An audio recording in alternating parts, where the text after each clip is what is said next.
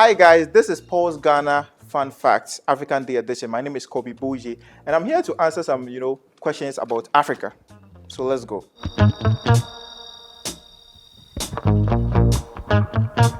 So how did you develop interest in African storytelling? Okay, so I developed interest in African telling through a particular content I saw about Africa, like the real name of Africa and the kind of things that we don't know as Africans. When I saw that, I felt like people who are following me or people of my age need to know more about Africa. So when I created that content, it picked up, and I felt like it's something that if I follow through, it will help people. And besides, it's not something totally different from what I do. I do history, but then in a funny way. So I felt like if I add facts to it, people will kind of like love it. That's how I did it. So what do you like most about Africa? Okay, so I like the fact that Africans are different. And when I say different, in a lot of ways, when we go places, we are easily identified. Unlike other, races or other people, unless maybe they speak or they have a particular kind of feature before you notice. But Africa is, from far away, you can notice as that this is an African. That's one thing I like about Africa. Okay. What's the most African parent thing that's ever happened to you growing up? Okay, so one thing I'll never forget, the day they sent me to go and buy something, and then the something was like, it's way back.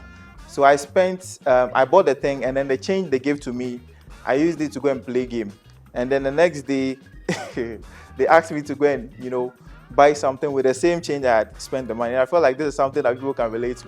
I didn't know what to do. So I stepped out to go and do it. I stepped out to go and buy the thing. And I spent like the whole day. I didn't come back home. They had to come and look for me before I told them the truth that, Charlie, Scano, my boom. Right, next. Let me see.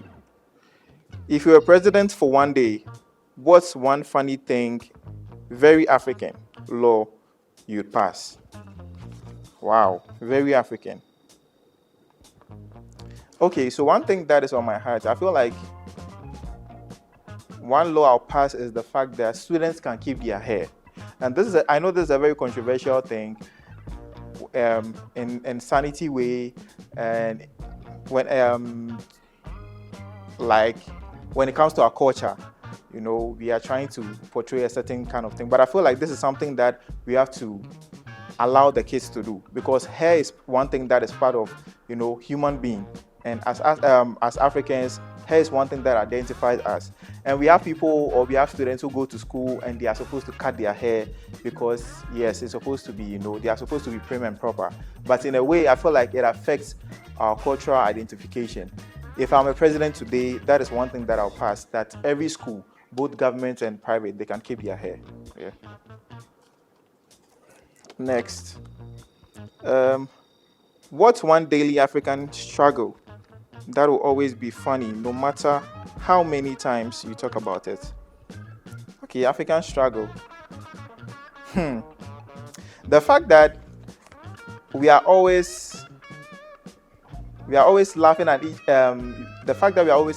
each other when we buy in English. Yeah, I feel like it's a struggle, but it's one funny thing too. You not go anywhere in Europe or in England and someone will speak to you and buy and will laugh at them. But in Africa, yeah, it's something that it has become a thing. When you buy and you think, people will laugh at you in English, because it's a struggle. Because as Africans, you are supposed to identify as Africans. We are supposed to speak our own dialects. But then here's the case: you go to school and people are writing names of people who speak Twi and vernacular. Yes, it's a struggle, but it's a funny way. It's a funny way kind of thing that we go. So what next? What's the bougiest African country you've ever seen on TikTok or IG?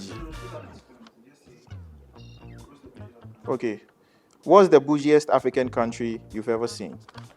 Okay, I think it's Lesotho. Yeah, I don't know if I got the name right. They say it's Lesotho. Some people say Lesotho.